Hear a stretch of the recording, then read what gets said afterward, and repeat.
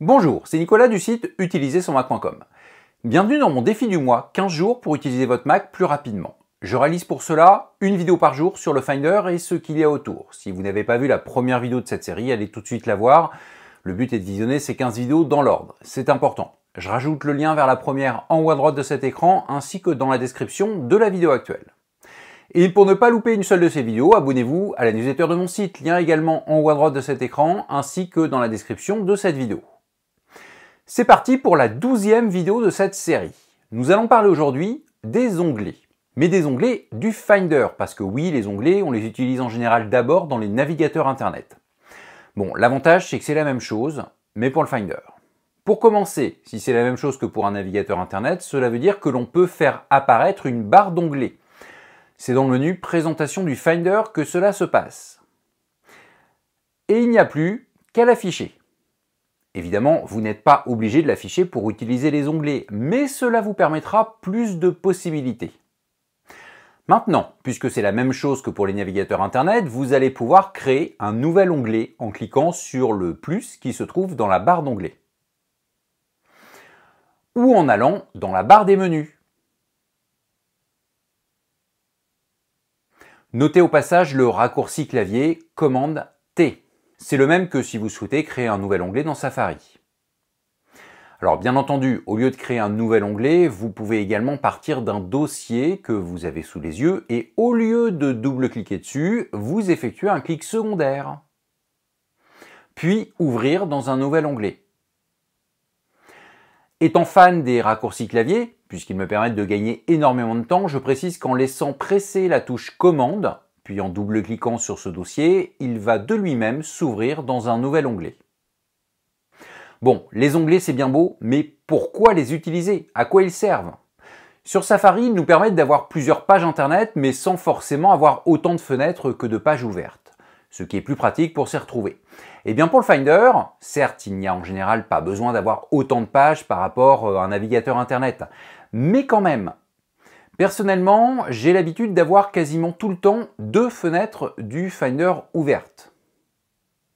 Comme je fonctionne énormément par glisser-déposer, cette configuration est beaucoup plus pratique pour moi. Néanmoins, si je dois en avoir une troisième, je n'ai plus trop la place sur mon écran.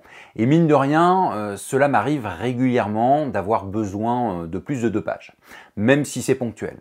D'où les onglets.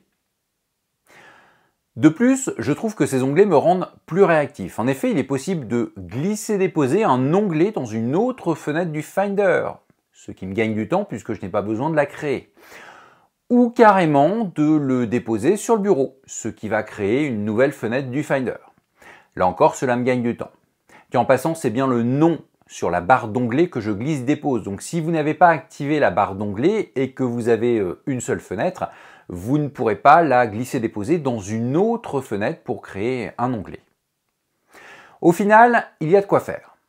Évidemment, si vous n'avez jamais plus de 2 fenêtres ouvertes dans le Finder, les onglets seront facultatifs pour vous. Mais la quasi-totalité des utilisateurs en auront besoin de plus de 2, au moins de temps en temps. Bien entendu, au bout de quelques heures sur son Mac, il est possible que vous finissiez par avoir trop d'onglets ouverts dans une même fenêtre. Dans ce cas-là, outre le fait que vous pouvez, dans le menu Présentation du Finder, afficher tous les onglets,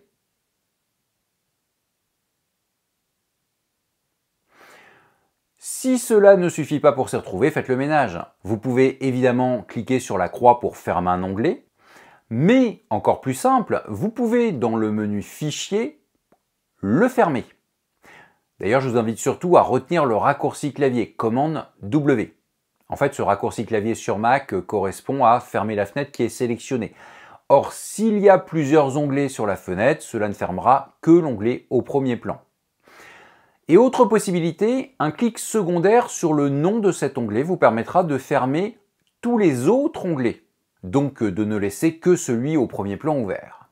Bref, il y a plein de possibilités pour la gestion de vos onglets. À vous d'en faire bon usage. La 12e vidéo de mon défi de décembre 2024 est finie. Je vous invite évidemment à la partager au maximum autour de vous et à mettre un petit pouce vers le haut si vous l'avez trouvée intéressante. Dites-moi d'ailleurs dans les commentaires si vous vous servez déjà des onglets dans le Finder. Je rappelle que je propose durant tout le mois 15 vidéos sur le Finder et ce qu'il y a autour afin de vous permettre d'utiliser votre Mac plus rapidement. Je vous invite très fortement à les visionner dans l'ordre, du moins la première fois. Et pour ne pas en louper une seule, abonnez-vous à ma chaîne YouTube, à la newsletter de mon site et suivez-moi sur les réseaux sociaux. Je vous donne rendez-vous demain à 18 h pour la prochaine vidéo.